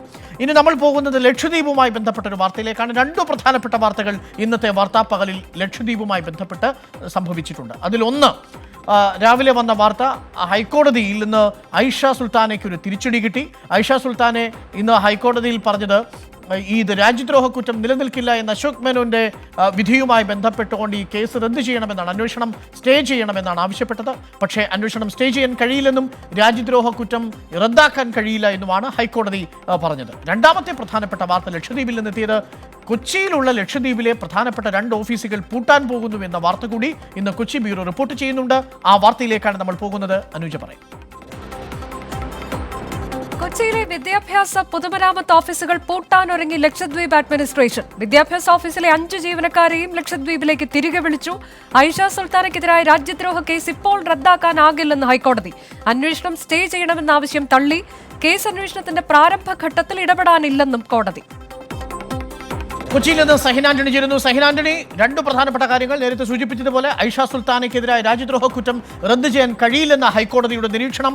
രണ്ടാമത്തത്, പ്രതികാര നടപടി എന്ന് വേണമെങ്കിൽ വ്യാഖ്യാനിക്കാവുന്ന രീതിയിൽ ലക്ഷദ്വീപ് ഭരണപരിഷ്കാരത്തിന്റെ ഭാഗമായി 2 പ്രധാനപ്പെട്ട ഓഫീസുകൾ കൊച്ചിയിൽ നിന്ന് മാറ്റാൻ പോകുന്ന വാർത്ത. കൂടുതൽ വിശദാംശങ്ങൾ. അരുൺകുമാർ, നമസ്കാരം. ലക്ഷദ്വീപിലെ കവരത്തി പോലീസ് തനിക്കെതിരെ എടുത്ത രാജ്യദ്രോഹ കേസ് റദ്ദ് ചെയ്യണമെന്ന് ആവശ്യപ്പെട്ടുകൊണ്ടായിരുന്നു സിനിമാ പ്രവർത്തകയായ ഐഷ സുൽത്താന ഹൈക്കോടതിയെ സമീപിച്ചിരുന്നത്. എന്നാൽ ഹൈക്കോടതി ഇവരുടെ ഈ ഹർജി തള്ളുകയാണ് ഉണ്ടായത്. കാരണം പ്രാരംഭഘട്ടത്തിലാണ് കേസ് അന്വേഷണം. അതുകൊണ്ട് തന്നെ ഈ സമയത്ത് കേസ് അല്ലെങ്കിൽ അത് കേസ് റദ്ദ് ചെയ്യാൻ കഴിയില്ല എന്നാണ് ഹൈക്കോടതി ഐഷ സുൽത്താനയെ അറിയിച്ചത്. മറ്റൊന്ന് ഹൈക്കോടതി പറഞ്ഞത് ദ്വീപ് ഭരണകൂടത്തോടായിരുന്നു. ഈ കേസിൻ്റെ ഓരോ അന്വേഷണ പുരോഗതിയും ഹൈക്കോടതിയെ അറിയിക്കണമെന്നുള്ളതായിരുന്നു. എന്തായാലും ദ്വീപ് ഭരണകൂടവും അല്ലെങ്കിൽ കേന്ദ്ര സർക്കാരും ഹൈക്കോടതിയിൽ ആവശ്യപ്പെട്ടത് ഇത് പ്രാരംഭഘട്ടത്തിലാണ്. അതുകൊണ്ട് തന്നെ ഈ കേസ് ഇപ്പോൾ റദ്ദ് ചെയ്യാൻ കഴിയില്ല. മറ്റൊന്ന് ഐഷ സുൽത്താനയുടെ ഈ ഹർജി തള്ളണമെന്നായിരുന്നു. ഹൈക്കോടതി ഈ ആവശ്യം ശരിവെക്കുകയും ചെയ്തു. പക്ഷേ ഐഷ സുൽത്താന കോടതിയിൽ പറഞ്ഞത് ഇത്തരത്തിലാണ്: തനിക്കെതിരെ രാജ്യദ്രോഹ കേസ്, ഈ രാജ്യദ്രോഹ വകുപ്പുകൾ ചുമത്തി കേസെടുക്കുന്നത് നിയമത്തിൻ്റെ ദുരുപയോഗമാണ്. കാരണം താൻ കാര്യമായി ഒന്നും തന്നെ പറഞ്ഞിട്ടില്ല. ബയോപ്പൺ പരാമർശത്തിലായിരുന്നു തനിക്കെതിരെ രാജ്യദ്രോഹ കേസ് എടുത്തത്. ഇത് നിലനിൽക്കില്ല എന്നായിരുന്നു ഐഷ സുൽത്താന കോടതിയിൽ ചൂണ്ടിക്കാണിക്കാൻ ശ്രമിച്ചത്. ഏതെങ്കിലും കലാപങ്ങൾക്ക് താൻ ശ്രമിച്ചിട്ടില്ല എന്നും ഐഷ സുൽത്താന കോടതിയിൽ പറയുകയുണ്ടായി. പക്ഷേ ഇതൊന്നും കോടതി അംഗീകരിച്ചില്ല എന്ന് മാത്രമല്ല, ഐഷ സുൽത്താനയുടെ ഹർജി കോടതി തള്ളുകയും ചെയ്തു. പ്രാരംഭഘട്ടത്തിൽ നിൽക്കുന്ന ഒരു കേസ് ഈ ഘട്ടത്തിൽ ആ കേസ് റദ്ദ് ചെയ്യാൻ കഴിയില്ല എന്നാണ് കോടതി ചൂണ്ടിക്കാണിച്ചത്. എന്തായാലും ഐഷ സുൽത്താൻ്റെ കേസുമായി കവരത്തി പോലീസ് മുന്നോട്ട് പോവുകയാണ്. നമുക്കറിയാവുന്ന പോലെ തന്നെ ഐഷ സുൽത്താനെ 3 തവണ കവരത്തി പോലീസ് ചോദ്യം ചെയ്തിരുന്നു. മാത്രമല്ല അവരുടെ മൊബൈൽ ഫോൺ അടക്കമുള്ള കാര്യങ്ങൾ പോലീസ് പിടിച്ചെടുക്കുകയും ചെയ്തു. മറ്റൊന്ന്, ഐഷ സുൽത്താനയുടെ അക്കൗണ്ടുകളിലേക്ക് വന്ന പണത്തെക്കുറിച്ചുള്ള ഒരു പരിശോധന ഉണ്ടായിരുന്നു. ഐഷ സുൽത്താനയ്ക്ക് വിദേശത്തു നിന്ന് വന്ന കോളുകളെ സംബന്ധിച്ച് പോലീസ് പരിശോധന നടത്തിയിരുന്നു. അതിനുശേഷമാണ് കൊച്ചിയിലേക്ക് പോകാനുള്ള അനുമതി പോലും കവരത്തി പോലീസ് ഐഷ സുൽത്താനയ്ക്ക് നൽകിയത്. എന്തായാലും കേസന്വേഷണം ഇപ്പോഴും ശക്തമായി തന്നെ മുന്നോട്ട് പോകുന്നു എന്നുള്ളതാണ് ഈ ഘട്ടത്തിൽ മനസ്സിലാക്കാൻ കഴിയുന്നത്. ആരും താങ്ക് യു സഹിൻ ആന്റണിയാണ് കൂടുതൽ വിവരങ്ങൾ നൽകിയത്. ലക്ഷദ്വീപ് അഡ്മിനിസ്ട്രേഷന് കീഴിലെ കൊച്ചിയിലെ വിദ്യാഭ്യാസ വകുപ്പിന്റെ ഓഫീസ് അടച്ച് പൂട്ടാൻ പോകുന്നു. കൊച്ചി ഓഫീസിലെ സൂപ്രണ്ട് അടക്കം 5 ഉദ്യോഗസ്ഥരെയും ലക്ഷദ്വീപിലേക്ക് തന്നെ മടക്കി വിളിച്ചിരിക്കുന്നു. അഡ്മിനിസ്ട്രേഷന്റെ ഉത്തരവിന്റെ പകർപ്പ് 24 ലഭിച്ചു. സമാനമായ രീതിയിൽ ലക്ഷദ്വീപിലെ പൊതുമരാമത്ത് വകുപ്പിന്റെ ഓഫീസും കൊച്ചിയിൽ നിന്നും അടച്ചുപൂട്ടിക്കൊണ്ടു പോകാൻ നീക്കമുണ്ട്. റിപ്പോർട്ട്. വിദ്യാഭ്യാസത്തിനായി വിദ്യാർത്ഥികൾ ആശ്രയിക്കുന്നത് പ്രധാനമായും കേരളത്തെയാണ്. ഇവരുടെ പ്രശ്നങ്ങൾ പരിഹരിക്കാനാണ് കൊച്ചി വെല്ലിംഗ്ടൺ ഐലൻഡിൽ ലക്ഷദ്വീപ് വിദ്യാഭ്യാസ വകുപ്പിന്റെ ഓഫീസ് പ്രവർത്തിച്ചിരുന്നത്. എന്നാൽ ഇവിടെയുള്ള വിദ്യാഭ്യാസ വകുപ്പിന്റെ ഓഫീസ് കൊച്ചിയിൽ ആവശ്യമില്ലെന്നാണ് ലക്ഷദ്വീപ് അഡ്മിനിസ്ട്രേഷന്റെ തീരുമാനം. സൂപ്രണ്ടടക്കം 5 ഉദ്യോഗസ്ഥരാണ് കൊച്ചിയിലെ വിദ്യാഭ്യാസ വകുപ്പിന്റെ ഓഫീസിലുള്ളത്. ഇവരോട് 7 ദിവസത്തിനകം കവരത്തിയിലെ ഓഫീസിൽ മടങ്ങിയെത്താൻ അറിയിച്ചുകൊണ്ട് അഡ്മിനിസ്ട്രേഷൻ ഉത്തരവിറക്കി. സമാന രീതിയിൽ കൊച്ചിയിലെ PWD ഓഫീസും പൂട്ടാൻ നീക്കം നടക്കുന്നുണ്ട്. ഇതുമായി ബന്ധപ്പെട്ട ഉത്തരവും അടുത്ത ദിവസം തന്നെ പുറത്തിറങ്ങാനാണ് സാധ്യത. വിദ്യാഭ്യാസ വകുപ്പിന്റെ ഓഫീസ് അടച്ചുപൂട്ടുന്നതോടെ കേരളത്തിൽ പഠിക്കുന്ന ലക്ഷദ്വീപ് വിദ്യാർത്ഥികൾക്ക് അടിയന്തര കാര്യങ്ങൾ പോലും ലക്ഷദ്വീപിലേക്ക് പോയി വരേണ്ട അവസ്ഥയാണ് ഉണ്ടാവുക. അഡ്മിനിസ്ട്രേറ്ററുടെ പുതിയ നീക്കം പ്രതിഷേധക്കാരെയും ചൊടിപ്പിച്ചിട്ടുണ്ട്. കേരളവുമായി ലക്ഷദ്വീപ് ജനത ബന്ധപ്പെടാതിരിക്കാനുള്ള നീക്കത്തിന്റെ ആദ്യപടിയാണിതെന്നാണ് ലക്ഷദ്വീപ് പ്രതിഷേധക്കാരുടെ നിലപാട്. 24 കൊച്ചി. ഇനി നമ്മൾ പോകുന്നത് ഇന്നത്തെ പ്രധാനപ്പെട്ട വാർത്തകൾ നാളത്തെ പത്രങ്ങളിൽ എങ്ങനെ ഇടം പിടിക്കുമെന്ന് നോക്കാം. 24 ഡിജിറ്റൽ പത്രവുമായി ഉന്മേഷ് ശിവരാമൻ നമുക്കൊപ്പം ചേരുന്നു. ഇന്നത്തെ വാർത്തകൾ, നാളത്തെ പത്രം.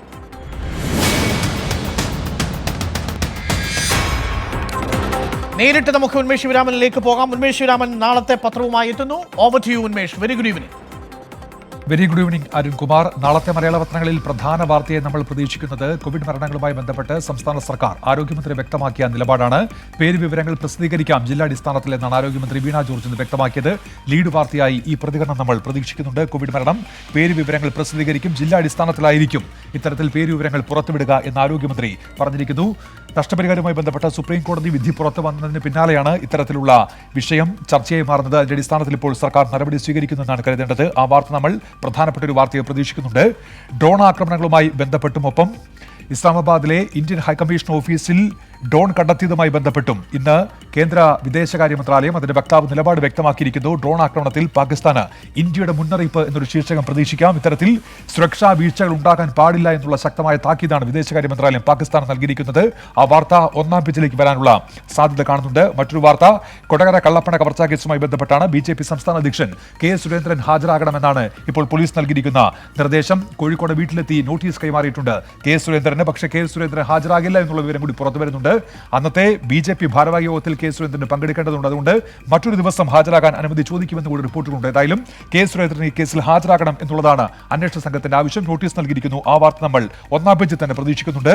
കോഴിക്കോട്ട് മോഷണ സംഘം അതിഥി തൊഴിലാളിയെ ബൈക്കിൽ കെട്ടി വലിച്ചു എന്നൊരു വാർത്ത ഇന്ന് ഉച്ചയോടെ പുറത്തു വന്നിരുന്ന ദൃശ്യങ്ങളടക്കം നമ്മളാണ് ആദ്യം പുറത്തുവിട്ടത്. ആ വാർത്ത നാളെ മലയാള പത്രങ്ങളിൽ ഇടം പിടിക്കുമെന്നാണ് കരുതേണ്ടത്. ഈ അതിഥി തൊഴിലാളിയുടെ കയ്യിലിരുന്ന മൊബൈൽ ഫോൺ തട്ടിപ്പറിച്ച് രക്ഷപ്പെടാൻ ശ്രമിക്കുകയായിരുന്നു ബൈക്കിലെത്തിയ മോഷണ സംഘം. അങ്ങനെയാണ് അതിഥി തൊഴിലാളി ബൈക്കിൽ കുടുങ്ങിപ്പോയത്. 100 മീറ്ററോളം അതിഥി തൊഴിലാളിയെ വലിച്ചുകൊണ്ട് ഈ ബൈക്കിൽ മോഷ്ടാക്കൾ പോയെന്നാണ് അറിയാൻ കഴിയുന്നത്. ചിത്രം സഹിതം ഈ വാർത്ത നമ്മൾ മലയാള പത്രങ്ങളിൽ നാളെ പ്രതീക്ഷിക്കുന്നുണ്ട്. പശ്ചിമബംഗാളിലെ നിയമസഭയിൽ നാടകീയ സംഭവങ്ങൾ ഉണ്ടായ ദിവസമാണ്. നയപ്രഖ്യാപന പ്രസംഗത്തിനിടെ ഗവർണർ ഇറങ്ങിപ്പോയി. തൊട്ടു പിന്നാലെ മമതാ ബാനർജിയും ഇറങ്ങിപ്പോയി. നയപ്രഖ്യാപനത്തിൽ തെരഞ്ഞെടുപ്പിന് ശേഷമുള്ള അക്രമ സംഭവങ്ങൾ ഉൾപ്പെടുത്തിയില്ല എന്നാരോപിച്ചായിരുന്നു BJP അംഗങ്ങളുടെ പ്രതിഷേധമുണ്ടായത്. ഇതിനെ തുടർന്നാണ് ഗവർണർ ഇറങ്ങിപ്പോയത്. ഈ നാടകീയ സംഭവവികാസങ്ങൾ നാളെ മലയാള പത്രങ്ങളിൽ വാർത്തയായി മാറും. CPIM-ൽ തെരഞ്ഞെടുപ്പിന് ശേഷമുള്ള അച്ചടക്ക നടപടികൾക്ക് തുടക്കമായിരിക്കുന്നു. പരസ്യ പ്രതിഷേധത്തിന്റെ പേരിൽ തെരഞ്ഞെടുപ്പ് കാലത്തെ പരസ്യ പ്രതിഷേധത്തിന്റെ പേരിൽ MLA ആയ KP കുഞ്ഞഹമ്മദ് കുട്ടിയെ തരം താഴ്ത്തിയിരിക്കുന്നു. കോഴിക്കോട് ജില്ലാ സെക്രട്ടേറിയറ്റിൽ നിന്ന് ജില്ലാ കമ്മിറ്റിയിലേക്കാണ് തരം താഴ്ത്തിയിരിക്കുന്നത്. അച്ചടക്ക നടപടി സംബന്ധിച്ച വാർത്ത നാളെ മലയാള പത്രങ്ങളിൽ പ്രതീക്ഷിക്കുന്നുണ്ട്. DGP ചുമതലയേറ്റ Y അനിൽകാന്ത് ഇത് വ്യക്തമാക്കിയ ഒരു കാര്യമുണ്ട്. വാഹനം ഓടിക്കുമ്പോൾ ബ്ലൂടൂത്ത് വഴിയുള്ള മൊബൈൽ ഉപയോഗവും കുറ്റകരമാണ്. ഇത്തരത്തിൽ കണ്ടാൽ കർശന നടപടി ഉണ്ടാകുമെന്നുള്ള മുന്നറിയിപ്പ് DGP നൽകിയിരിക്കുന്നു. അദ്ദേഹത്തിന്റെ വാക്കുകൾക്ക് പ്രാധാന്യമുണ്ട്. അത് മലയാള പത്രങ്ങൾ നാളെ വാർത്തയാക്കുകയും ചെയ്യും. ഉൾപേജുകളിലേക്ക് എത്തുകയാണെങ്കിൽ ലക്ഷദ്വീപ് അഡ്മിനിസ്ട്രേഷൻ ഭരണപരിഷ്കാരത്തിന്റെ ഭാഗമായ നടപടികൾ തുടരുകയാണ്. ഏറ്റവും ഒടുവിലായി പുറത്തുവരുന്ന വാർത്ത കൊച്ചിയിലെ 2 ഓഫീസുകൾ, വിദ്യാഭ്യാസ വകുപ്പിന്റെ ഓഫീസും പൊതുമരാമത്ത് വകുപ്പിന്റെ ഓഫീസും അടച്ചുപൂട്ടാൻ പോകുന്നു എന്നുള്ളതാണ്. കേരളവുമായുള്ള ബന്ധം അവസാനിപ്പിക്കാൻ പോവുകയാണോ ലക്ഷദ്വീപ് ഭരണകൂടം എന്ന തരത്തിൽ രാഷ്ട്രീയ ചോദ്യങ്ങൾ കൂടി ഉയരുന്നുണ്ട്. സ്വാഭാവികമായും ഈ വാർത്തയ്ക്ക് പ്രാധാന്യമുണ്ട്. ആ വാർത്ത നാളെ മലയാള പത്രങ്ങളിൽ ഇടം പിടിക്കാനുള്ള സാധ്യത കാണുന്നുണ്ട്. അതോടൊപ്പം തന്നെ ഐഷ സുൽത്താനയ്ക്കെതിരായ രാജ്യദ്രോഹ കേസ് റദ്ദാക്കാൻ കഴിയില്ല എന്ന് ഹൈക്കോടതി ഇന്ന് വ്യക്തമാക്കിയ ദിവസമാണ്. ഈ കേസ് റദ്ദാക്കണമെന്നാവശ്യപ്പെട്ടുകൊണ്ട് ഐഷ സുൽത്താന ഹർജി നൽകിയിരുന്നു. ഇപ്പോൾ കഴിയില്ല എന്നാണ് ഹൈക്കോടതി വ്യക്തമാക്കിയിരിക്കുന്നത്. പ്രാരംഭഘട്ടമാണ് കേസിന്റെ എന്ന് കോടതി വ്യക്തമാക്കുകയും ചെയ്തു. ആ വാർത്ത കൂടി മലയാള പത്രങ്ങളിൽ നമ്മൾ പ്രതീക്ഷിക്കുന്നുണ്ട്. തിരുവല്ലയിലെ ട്രാവൻകൂർ ഷുഗേഴ്സിലേക്കുള്ള സ്പിരിറ്റ് മറച്ചുവിറ്റുമായി ബന്ധപ്പെട്ട വാർത്തകൾ കഴിഞ്ഞ ദിവസം മുതൽ തന്നെ മാധ്യമങ്ങളിൽ ഇടം പിടിക്കുന്നുണ്ട്. ഇന്ന് പുറത്തു വന്നൊരു വിവരം, നേരത്തെയും ഇത്തരത്തിൽ സ്പിരിറ്റ് മറച്ചു വിറ്റു എന്ന് ഇപ്പോൾ പിടിയിലായ പ്രതികൾ മൊഴി നൽകിയിരിക്കുന്നു. അതിന്റെ വിശദാംശങ്ങൾ നാളെ മലയാള പത്രങ്ങൾ നൽകും. തൃശൂർ മേയർ MK വർഗീസ് DGPക്ക് നൽകിയൊരു പരാതി ഇന്ന് ദൃശ്യമാധ്യമങ്ങൾ ചർച്ച ചെയ്തിരുന്നു. പോലീസുകാർ സല്യൂട്ട് ചെയ്യുന്നില്ല എന്നായിരുന്നു തൃശൂർ മേയറുടെ പരാതി. അദ്ദേഹം DGPക്കാണ് പരാതി നൽകിയത്. ആ വാർത്ത നാളെ മലയാള പത്രങ്ങളിൽ കൂടി ഇടം പിടിക്കും. തിരുവനന്തപുരം മൃഗശാല ജീവനക്കാരന്റെ മരണവുമായി ബന്ധപ്പെട്ട് ഇന്ന് മന്ത്രി J. ചിഞ്ചുറാണി അദ്ദേഹത്തിന്റെ കുടുംബ അംഗങ്ങളിൽ ആർക്കെങ്കിലും ജോലി നൽകുന്ന കാര്യം പരിഗണിക്കും സർക്കാർ എന്ന് പറഞ്ഞിട്ടുണ്ട്. ഈ സംഭവവുമായി ബന്ധപ്പെട്ടുള്ള റിപ്പോർട്ട് മൃഗശാല ഡയറക്ടറോട് തേടുകയും ചെയ്തിട്ടുണ്ട് മന്ത്രി. ആ വിഷയത്തിൽ ഒരു വാർത്ത നമ്മൾ നാളെ മലയാള പത്രങ്ങളിൽ പ്രതീക്ഷിക്കുന്നുണ്ട്. UAE-ലേക്കുള്ള യാത്രാവിലക്ക് തുടരുമെന്നൊരു ശീർഷകം കൂടി നാളെ മലയാള പത്രങ്ങളിൽ ഉണ്ടായിരിക്കും. എമിറേറ്റ്സ് എയർലൈൻസ് തന്നെ വ്യക്തമാക്കിയിരിക്കുന്നു ഉടനൊന്നും ഇന്ത്യയിൽ നിന്ന് സർവീസുകൾ ആരംഭിക്കാൻ കഴിയാത്ത സാഹചര്യമാണെന്ന്. ആ വാർത്ത കൂടി നമ്മൾ പ്രതീക്ഷിക്കുന്നുണ്ട്. അരുൺകുമാർ, ഒരു വാർത്ത കൂടി നാളെ ബിസിനസ് പേജിൽ ഇടം പിടിക്കുമെന്ന് നമ്മൾ പ്രതീക്ഷിക്കുന്നത് കിറ്റക്സുമായി ബന്ധപ്പെട്ടതാണ്. തമിഴ്നാട് സർക്കാർ വ്യവസായം തുടങ്ങുന്നതിന് വേണ്ടി ക്ഷണിച്ചുവെന്ന് കിറ്റക്സിന്റെ MD സാബു ജാക്കബ് വ്യക്തമാക്കിയ ദിവസമാണ്. നാളെ ബിസിനസ് കോളത്തിലെങ്കിലും ഈ വാർത്ത മലയാള പത്രങ്ങൾ നൽകുമെന്നാണ് പ്രതീക്ഷിക്കുന്നത്. അരുൺകുമാർ. Thank you Unmesh Sivaraman. പ്രിയപ്പെട്ട പ്രേക്ഷകരെ, നാളത്തെ പത്രത്തിൽ ഉന്മേഷ് ശിവരാമൻ ഇപ്പോൾ പ്രവചിച്ചിരിക്കുന്ന വാർത്തകളായിരിക്കും പ്രധാന ലീഡായി വരാൻ സാധ്യതയുള്ളത് എന്നാണ് നമ്മൾ കരുതുന്നത്. ഇതുവരെയുള്ള പ്രധാനപ്പെട്ട വാർത്തകളെല്ലാം ഉന്മേഷ് വളരെ വേഗം പ്രേക്ഷകരിലേക്ക് എത്തിച്ചിട്ടുണ്ട്. നാളത്തെ പത്രത്തിന്റെ തലക്കെട്ടുകൾ എന്ന രൂപത്തിൽ. വെൽക്കം ബാക്ക് പ്രിയപ്പെട്ട പ്രേക്ഷകരെ. ന്യൂസ് നൈറ്റ് തുടരുകയാണ്. ന്യൂസ് നൈറ്റിൽ ഇനി ഒരു വളരെ പ്രധാനപ്പെട്ട വാർത്തയിലേക്കാണ് നമ്മൾ പോകുന്നത്. കുറ്റ്യാടി MLA KP കുഞ്ഞഹമ്മദ് കുട്ടിക്കെതിരെ CPM-ന്റെ നടപടി. ജില്ലാ സെക്രട്ടേറിയറ്റിൽ നിന്നും ജില്ലാ കമ്മിറ്റിയിലേക്ക് തരം താഴ്ത്താനാണ് തീരുമാനം. കുറ്റ്യാടി സീറ്റ് ഘടകകക്ഷിക്ക് വിട്ടു നൽകിയതിനെതിരെ നടന്ന പ്രതിഷേധവുമായി ബന്ധപ്പെട്ടാണ് നടപടി. തീരുമാനത്തിനെതിരെ കുഞ്ഞഹമ്മദ് കുട്ടി അപ്പീൽ നൽകി. നിയമസഭാ തെരഞ്ഞെടുപ്പിൽ കുറ്റ്യാടി സീറ്റ് കേരള കോൺഗ്രസ് എമ്മിന് നൽകിയതിനെതിരെ CPIM-ൽ പരസ്യ പ്രതിഷേധമുണ്ടായ സംഭവത്തിലാണ് KP കുഞ്ഞഹമ്മദ് കുട്ടിക്കെതിരെ നടപടിയുണ്ടായത്. കുഞ്ഞഹമ്മദ് കുട്ടിയുടെ സ്ഥാനാർത്ഥി മോഹമാണ് പ്രശ്നങ്ങൾക്കിടയാക്കിയതെന്നാണ് നേതൃത്വത്തിന്റെ വിലയിരുത്തൽ. കേന്ദ്ര കമ്മിറ്റി അംഗങ്ങളായ AK ബാലനും എളമരം കരീമും പങ്കെടുത്ത ജില്ലാ സെക്രട്ടറി യോഗമാണ് കുഞ്ഞഹമ്മദ് കുട്ടിയെ ജില്ലാ കമ്മിറ്റിയിലേക്ക് തരം താഴ്ത്താൻ തീരുമാനിച്ചത്. സംസ്ഥാന കമ്മിറ്റി അന്തിമ തീരുമാനമെടുക്കും. മുന്നണി തീരുമാനപ്രകാരം കുറ്റ്യാടി സീറ്റ് CPIM കേരള കോൺഗ്രസ് എമ്മിന് വിട്ടുനൽകുകയായിരുന്നു. മുഹമ്മദ് ഇഖ്ബാലിനെ കേരള കോൺഗ്രസ് സ്ഥാനാർത്ഥിയാക്കുകയും ചെയ്തു. ഇതിനെതിരെ CPIM പ്രാദേശിക നേതാക്കളിൽ ചിലരും അംഗങ്ങളും നൂറുകണക്കിന് പ്രവർത്തകരും തെരുവിലിറങ്ങി. ജില്ലാ പഞ്ചായത്ത് പ്രസിഡന്റ് KP കുഞ്ഞഹമ്മദ് കുട്ടിയെ സ്ഥാനാർത്ഥിയാക്കണമെന്നായിരുന്നു ഇവരുടെ ആവശ്യം. പ്രതിഷേധം ശക്തമായതോടെ CPIM തീരുമാനം മാറ്റി. കുഞ്ഞഹമ്മദ് കുട്ടി തന്നെ സ്ഥാനാർത്ഥിയാകുകയും ജയിക്കുകയും ചെയ്തു. ഇതിന് പിന്നാലെയാണ് പാർട്ടി നടപടി. 24 കോഴിക്കോട്. ഇന്ന് തൃശൂർ ബ്യൂറോ റിപ്പോർട്ട് ചെയ്തൊരു വാർത്തയിലേക്കാണ്. പോലീസ് സല്യൂട്ട് ചെയ്യുന്നില്ലെന്ന പരാതിയുമായി തൃശൂർ മേയർ MK വർഗീസ് ഇന്ന് DGPക്ക് കത്തയച്ചു. സിറ്റി കമ്മീഷണറോട് ഉൾപ്പെടെയാണ് പരാതിപ്പെട്ടത്. എന്നിട്ടും നടപടി ഉണ്ടാകാത്ത സാഹചര്യത്തിലാണ് മേയർ MK വർഗീസ് DGPക്ക് പരാതി നൽകിയത്. എന്നാൽ നിർബന്ധമായും സല്യൂട്ട് അടിപ്പിക്കരുതെന്ന് കാണിച്ച് തൃശൂർ മേയർക്കെതിരെ പൊതുപ്രവർത്തകൻ മണികണ്ഠൻ മുഖ്യമന്ത്രിക്കും DGPക്കും പരാതി നൽകുകയും ചെയ്തു. കോർപ്പറേഷൻ പരിധിയിൽ നടക്കുന്ന പല പരിപാടികൾക്കും അർഹമായ പരിഗണന പോലും പോലീസ് ഉദ്യോഗസ്ഥരുടെ ഭാഗത്തു നിന്ന് ഉണ്ടാകുന്നില്ലെന്നാണ് തൃശൂർ മേയർ MK വർഗീസിന്റെ പരാതി. പോലീസുകാർ തന്നെ കാണുമ്പോൾ കാണാത്ത പോലെ നിൽക്കുകയാണ്. പുറംതിരിഞ്ഞു നിൽക്കുന്ന സമീപനം പോലും ഉണ്ടായിട്ടുണ്ടെന്ന് മേയർ. വിജ്ഞാപനം ഇറക്കണം. ഇത് എനിക്ക് വേണ്ടിയിട്ടല്ല. വരാനിരിക്കുന്ന കാലങ്ങളിൽ മേയർ പദവിയിൽ വരുന്നവർക്ക് അവരുടെ അംഗീകാരം ലഭിക്കുന്നതിൻ്റെ ഭാഗമായിട്ടാണ് ഇങ്ങനൊരു നിശ്ചിതമായിട്ടുള്ള ഒരു അവസ്ഥ ഞാൻ ഉണ്ടാക്കിയത്. VVIP സന്ദർശന സമയത്ത് ഉൾപ്പെടെ പാലിക്കേണ്ട പ്രോട്ടോകോൾ ലിസ്റ്റ് പ്രകാരം കോർപ്പറേഷൻ മേയറുടെ സ്ഥാനം മുഖ്യമന്ത്രിക്ക് തൊട്ടു താഴെയാണ്. മേയറുടെ പരാതി DGP തൃശൂർ റേഞ്ച് DIGക്ക് കൈമാറിയിട്ടുണ്ട്. അതേസമയം നിർബന്ധമായും സല്യൂട്ട് അടിപ്പിക്കരുതെന്ന് കാണിച്ച് തൃശൂർ മേയർക്കെതിരെ പൊതുപ്രവർത്തകൻ മണികണ്ഠൻ പരാതി നൽകി. മുഖ്യമന്ത്രിക്കും DGPക്കുമാണ് പരാതി നൽകിയത്. 24 തൃശൂർ. നമ്മളിനി പോകുന്നത് ലോകവിശേഷങ്ങളിലേക്കാണ്. കാണാം.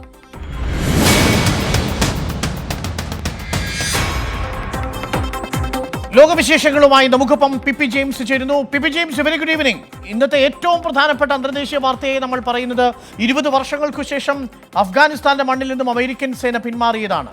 അതേസമയം താലിബാൻ ഇങ്ങനെ ആക്രമിച്ച് മുന്നേറുന്നതിനിടയിലാണ് ഇന്ത്യ അടക്കം താലിബാനുമായി ചർച്ച നടത്തുകയും ചെയ്യുന്നുണ്ട്.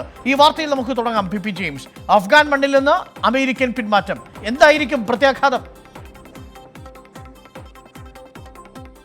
Good evening Arun. അഫ്ഗാനിസ്ഥാനിൽ നിന്ന് ഒരു ചരിത്ര പിന്മാറ്റം നടത്തുകയാണ് അമേരിക്ക.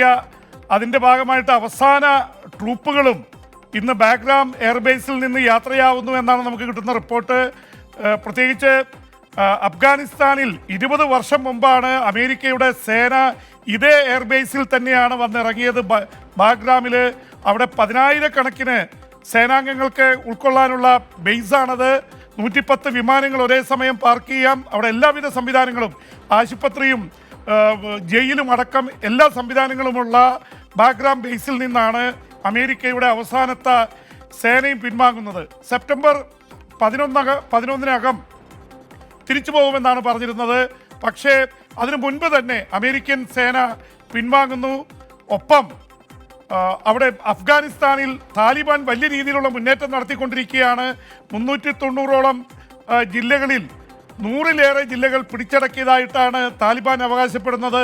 സർക്കാർ അത് അംഗീകരിക്കുന്നില്ലെങ്കിലും എന്തായാലും താലിബാന്റെ പ്രസൻസ്, സാന്നിധ്യം വളരെ ശക്തമാവുന്നു. 6 മാസത്തിനുള്ളിൽ അഫ്ഗാൻ സർക്കാർ വീഴുമെന്നാണ് അന്താരാഷ്ട്ര തലത്തിലുള്ള വിലയിരുത്തൽ. അതുകൊണ്ട് തന്നെ താലിബാനെ കൂടെ നിർത്താനുള്ള മത്സരം നടന്നുകൊണ്ടിരിക്കുകയാണ്. ഖത്തറിൽ നടന്ന അമേരിക്കയും താലിബാനും തമ്മിലുള്ള ചർച്ചയിലാണ് ഒരുപക്ഷെ അമേരിക്കൻ സേന പിൻവാങ്ങാൻ തീരുമാനിച്ചത്. പക്ഷേ താലിബാന് ഒരു കണ്ടീഷനുണ്ട്. താലിബാൻ അൽ-ഖ്വയ്ദ വിഭാഗങ്ങളെ കൂടെ കൂട്ടാൻ പാടില്ല. താലിബാൻ ഇതൊക്കെ സമ്മതിച്ചിട്ടുണ്ടെങ്കിലും അവർ അക്രമം നിർത്തുന്നില്ല എന്ന് മാത്രമല്ല ഓരോ ജില്ലകളും പിടിച്ചടക്കിക്കൊണ്ടിരിക്കുകയാണ്. പി ജെയിംസിന്റെ മറ്റൊരു പ്രധാനപ്പെട്ട വാർത്ത അമേരിക്കയിൽ നിന്ന് വരുന്നത്, അമേരിക്കയിലെ ഫ്ലോറിഡയിൽ ഈ മയാമിയിലുണ്ടായ കെട്ടിടം തകർന്നു വീണുണ്ടായ വലിയ ദുരന്തം, ഇനിയും ആ അവശിഷ്ടങ്ങൾക്കിടയിൽ ജീവനോടെ മനുഷ്യരുണ്ടാകാമെന്നാണ് ജോ ബൈഡൻ പറയുന്നത്. സംഭവസ്ഥലം ജോ ബൈഡൻ ബന്ധുക്കളുടെ സ്ഥലങ്ങളൊക്കെ സന്ദർശിച്ചിട്ടുണ്ടെന്നാണ് ഞാൻ മനസ്സിലാക്കുന്നത്. ഒപ്പം ഡൊണാൾഡ് ട്രംപിന്റെ സ്ഥാപനങ്ങളെ പിടികൂടിയിരിക്കുകയാണ് ജോ ബൈഡന്റെ ഭരണകൂടം എന്നാണ് മനസ്സിലാക്കുന്നത്. എന്താണ് അമേരിക്കയിൽ നിന്നുള്ള വാർത്തകൾ?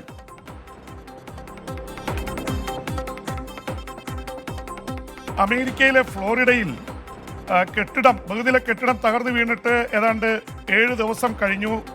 എന്നിട്ട് ഇതുവരെ 18 പേർ മരിച്ചതായിട്ടാണ് റിപ്പോർട്ട് വന്നിരിക്കുന്നത്. പക്ഷേ ഇപ്പോഴും 145 പേരെ കാണാനില്ല. അവർ അവശിഷ്ടങ്ങൾക്കിടയിൽ കുടുങ്ങിക്കിടപ്പുണ്ട് എന്നാണ് കഴിഞ്ഞ ഒരാഴ്ചയായിട്ട് അമേരിക്കയിലെ വാർത്താമാധ്യമങ്ങളും അധികൃതരൊക്കെ പറയുന്നത്. പക്ഷേ എന്താണ് യാഥാർത്ഥ്യമെന്ന് അറിയാത്ത അവസ്ഥയാണ്. ഇതിനിടെയാണ് അമേരിക്കയുടെ പ്രസിഡന്റ് ജോ ബൈഡൻ തന്നെ ഫ്ലോറിഡയിലെ മയാമിയിലുള്ള ബഹുനില കെട്ടിടം സന്ദർശിക്കുകയും ഇതേ തുടർന്ന് അവരുടെ കുടുംബാംഗങ്ങളെ കണ്ട് അവരെ ആശ്വസിപ്പിക്കുകയൊക്കെ ചെയ്തത്. ജോ ബൈഡൻ തന്നെ പറഞ്ഞത്, കിട്ടിയ വിവരമനുസരിച്ച് ഈ അവശിഷ്ടങ്ങൾക്കിടയിൽ ആൾക്കാർ ഇനിയും ജീവിച്ചിരിപ്പുണ്ട്, അവരെ തിരിച്ചു കൊണ്ടുവരാൻ കഴിയുമെന്നുള്ള പ്രതീക്ഷയാണ് വെക്കുന്നത്. പക്ഷേ ഒരാഴ്ച കഴിഞ്ഞതോടെ ബന്ധുക്കൾക്കും അതുപോലെ തന്നെ ഈ രക്ഷാപ്രവർത്തനം നടത്തുന്നവർക്കും അതിനുള്ള വിശ്വാസം കുറഞ്ഞു വരികയാണ്. കാരണം ഇവരെ രക്ഷപ്പെടുത്താൻ കഴിയുമോ എന്ന് അറിയാൻ പറ്റാത്ത അവസ്ഥയിലാണ്. നേരത്തെ സ്ത്രീ ശബ്ദങ്ങൾ ഈ അവശിഷ്ടങ്ങൾക്കിടയിൽ നിന്ന് കേട്ടിരുന്നു എന്ന് രക്ഷാപ്രവർത്തകർ പറയുന്നു. പക്ഷെ ഇപ്പോൾ ഒന്നും കേൾക്കാനില്ല.